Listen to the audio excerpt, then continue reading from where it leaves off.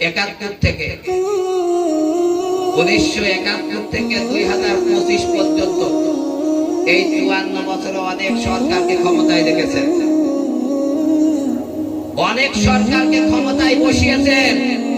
তারা এই দেশের মানুষের ভাগ্যের পরিবর্তন করার জন্য অনেক ঘুরিয়ে আওড়াইছে।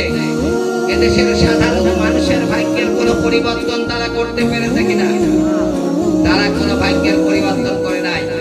তারা ভাগ্যের পরিবর্তন করেছে আওয়ামী লীগের যারা মানুষের জুতার দায়িত্ব তাদের বাড়ি দোতলা হয়েছে, যারা পরিচিত তারা সমাজের মানুষদেরকে নিকৃষ্ট মানুষে পরিণত করার চেষ্টা করেছে।